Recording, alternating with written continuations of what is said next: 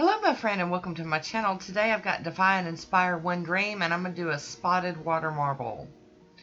I've started off with Elmer's clear glue as my base coat. And here is Defy and Inspire One Dream from the Vita Fit range. I'm going to go in with my first coat. I did apply a coat of that clear Elmer's glue and let it completely dry. And if I sound funny today, it's because I went to the dentist. Had to have some work done, so I'm a little still numb. Hi Woody, how you doing? I don't want y'all thinking something's wrong with me though. And that piece is being stubborn, so I'm gonna have to get my cleanup brush after it. There we go. I think we're gonna get it. Good as gold. Alright, here we go with our second coat of, what was it called again? One Dream. Bright yellow.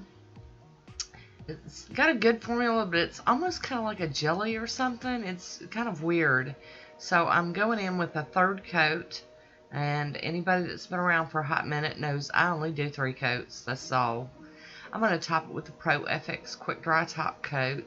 I'm going to get it to dry down so that we can do the water spotted water marble part. Real pretty yellow after I got it all on there. I'm using the Unforgettable. I'll have more information down below. Got that on my fingers. And I'm going to be using the Game Over from Braves Diva. And 91% alcohol that's in a spray bottle.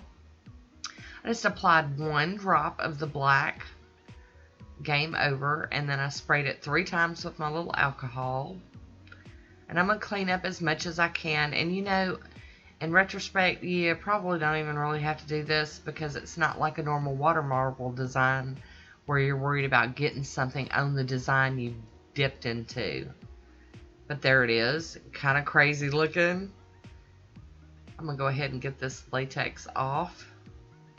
And since it's not a solid sheet, I did not run around my fingernail with a toothpick or anything. This is crazy looking, but I do love it. It's been a while since I played with this technique, and I was really looking forward to it. And depending on what polish you use and what you use to spray, you can totally get different effects with this technique. Like if I used a different black nail polish, maybe one that wasn't as crazy opaque as Game Over, then it would look different. And if you sprayed with either like hairspray or perfume or something like that, you would get another kind of effect. So it's going to be different every time you play with it, which I enjoy. I think it's neat. And as you can see, I didn't double up my cups, so my little cups get mushy and bent looking. I normally put 2 cups together when I water marble. But I really was digging this. And it was funny because right after I did this, while my nails were wet, I was scrolling through Instagram and seeing all of the yellow manicures. It was crazy. I was like, oh my goodness, this is just wild. Everybody's in a yellow mood, I guess. But I really like doing this technique. I just, you know, I had been forgetting about it, I guess. And with using that liquid latex, or if you use tape or something, you know, it makes cleanup so much easier.